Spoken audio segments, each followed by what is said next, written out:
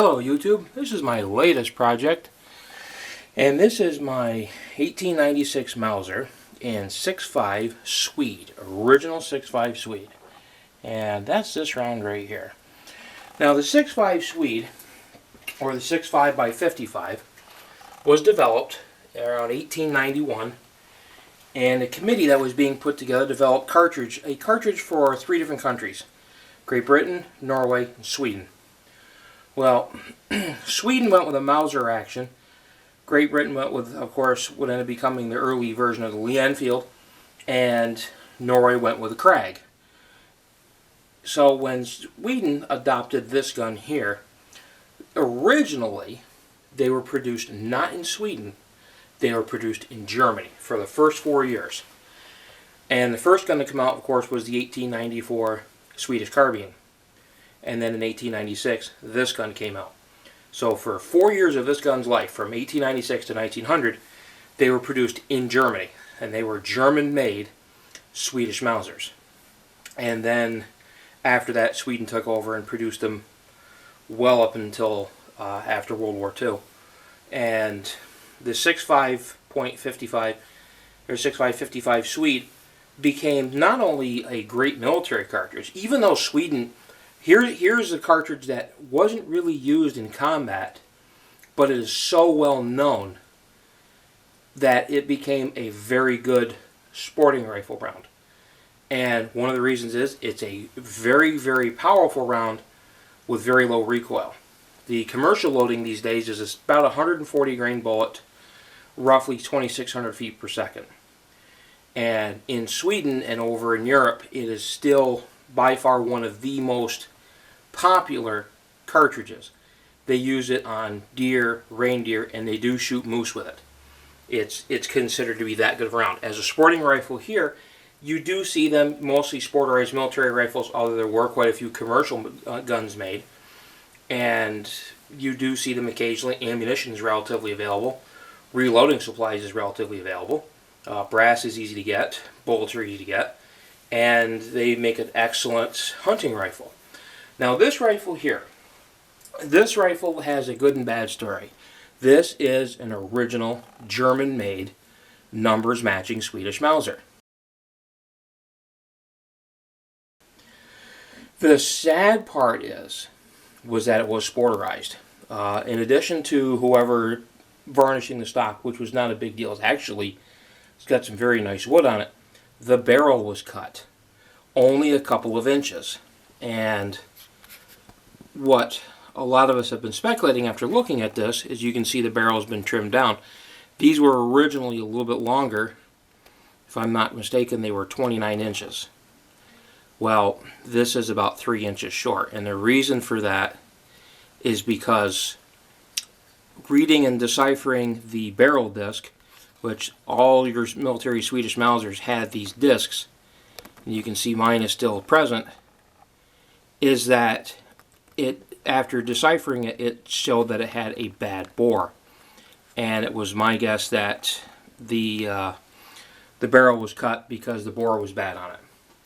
It ruins the collector value, but as a shooting rifle, would it have been any different? It's hard to say. And the original front sight was replaced with one that was too taller for the gun. It was 3/4 of an inch taller than what the original sight would have been. So I had a new front sight put on it. It's a sporting rifle sight. It doesn't look the greatest, but it does work. I have not shot this yet, but at least it's been bore sighted, and it looks like it's going to be pretty much where I need it to get. And that right there is what I have been trying to figure out what to do with this rifle. Do I further sporterize it? Because there is no military collector value anymore. Do I further sporterize it? You know, my plan would be to cut down some more of the forearm, possibly remove the handguard, and possibly even add a scope to it. I don't know. I have not shot this yet. This is hopefully going to be my next range video, is going to be taking this gun to the range. I picked up a couple of boxes of ammo. This is just a standard factory Remington. I do want to see where it shoots. This has to be, as far as a Military action, I've owned a lot of Mausers in my life. I have yet to find one that is as smooth as this. This is not the first Swede I've owned. I did own an original 1896 military that was not in the greatest shape, but it had a wonderful bore, and that's this gun here. This gun has great rifling. Very crisp, very clear, and whoever did cut the barrel did a target bore. When they did it, they crowned it with a target crown.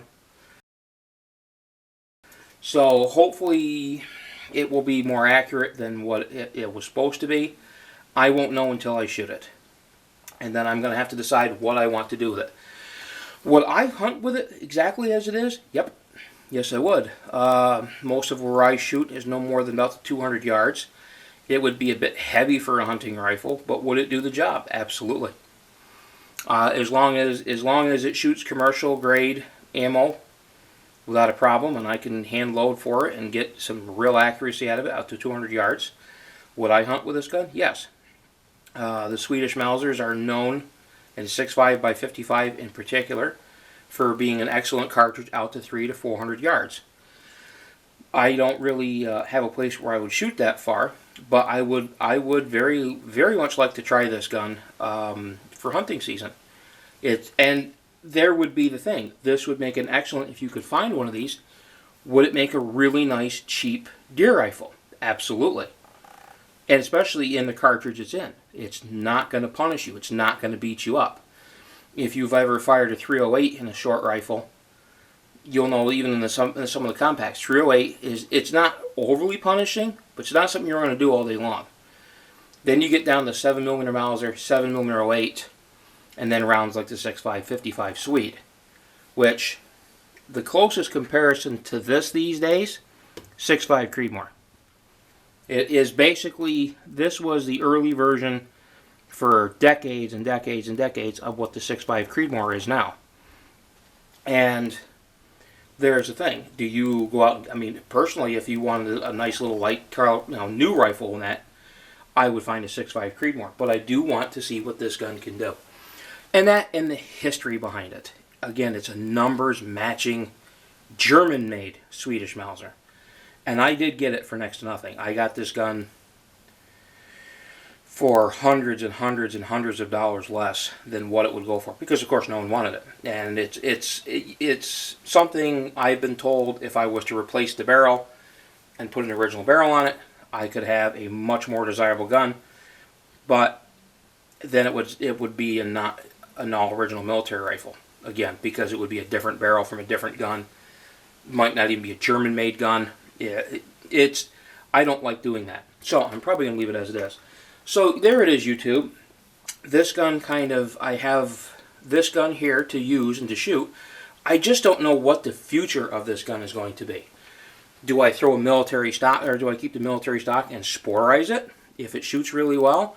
Or do I leave it like this? It's really not a bad carrying gun right now. These guns are not overly heavy. It is long.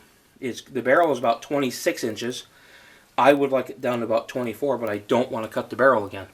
I want to leave the barrel where it is, because even the gunsmith I had looked at it, who is really good with these, had even said with the target crown that's on it now, the accuracy might be really, really surprising. So I don't want to mess with it, at least not in that aspect. But I am considering everything from like here forward, as far as the wood and the handguard, possibly going bye-bye. But we'll see. I'm going to shoot it first, and then I'm going to see where I stand with it. So, with that being said, YouTube, have a nice day, and hopefully I can get this out early next week and see what she does. Have a good day.